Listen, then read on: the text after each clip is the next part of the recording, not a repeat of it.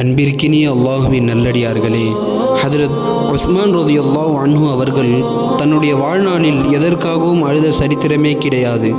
ஆனால் கபரை கண்டால் மட்டும் தேம்பி தேம்பி அழுது கொண்டே இருப்பார்கள்.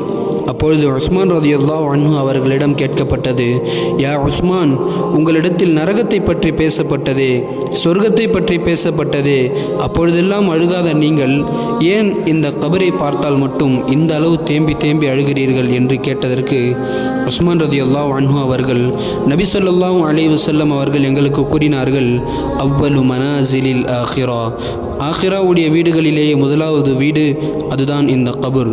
இந்த கபரில் ஒரு மனிதனுக்கு வெற்றி கிடைத்து விட்டது என்றால் அடுத்து வரக்கூடிய எல்லாம் அவனுக்கு வெற்றியாகிவிடும். இந்த கபரில் ஒரு மனிதனுக்கு தோல்வி கிடைத்து விட்டது என்று சொன்னால் அடுத்து வரக்கூடிய எல்லாம் அவனுக்கு தோல்வியாகிவிடும். அல்லாஹ் தோல்வியான வாழ்க்கை விட்டு நம்மை பாதுகாப்பானாக. ஆமீன்.